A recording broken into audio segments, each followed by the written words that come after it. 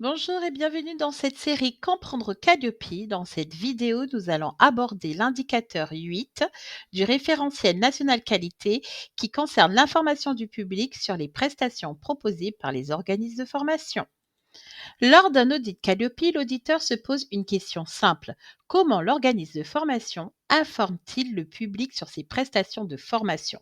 L'objectif est de garantir une information claire, accessible et transparente pour les personnes qui souhaitent se former. L'indicateur 8 indique que l'organisme de formation doit mettre à disposition du public des informations sur ses prestations. Ces informations doivent être claires, accessibles et transparentes. Il est intéressant de préciser que cette obligation ne vient pas uniquement de Calliope. L'obligation d'informer le public existait déjà dans le cadre du numéro de déclaration d'activité, le NDA.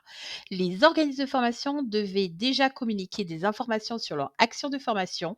L'indicateur 8 s'inscrit donc dans la continuité de cette logique réglementaire. L'organisme de formation peut notamment communiquer sur les objectifs de la formation, les compétences visées, la durée de la formation et les modalités pédagogiques. Ces informations permettent aux futurs apprenants de comprendre ce que la formation va leur apporter.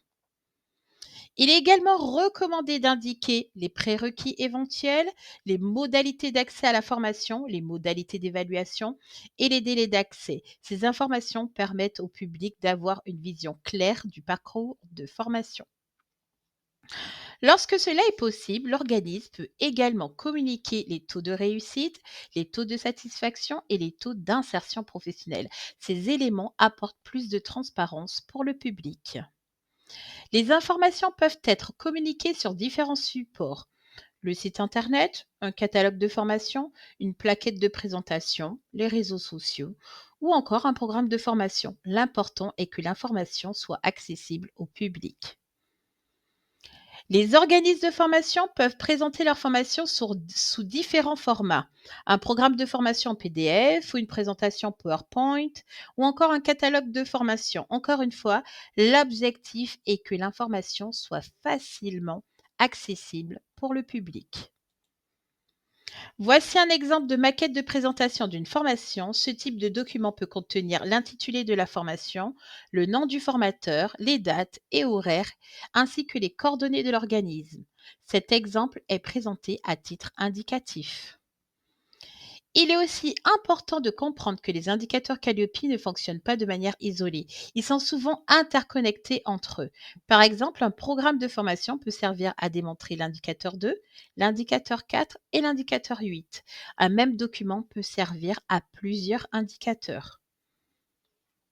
L'indicateur 8 permet de vérifier que le public est correctement informé, que les prestations sont clairement présentées et que l'organisme communique de manière transparente.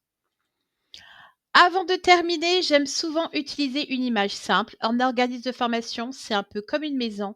Il faut d'abord poser des fondations solides, les processus, les documents, l'organisation. Mon rôle est justement de vous accompagner dans cette construction.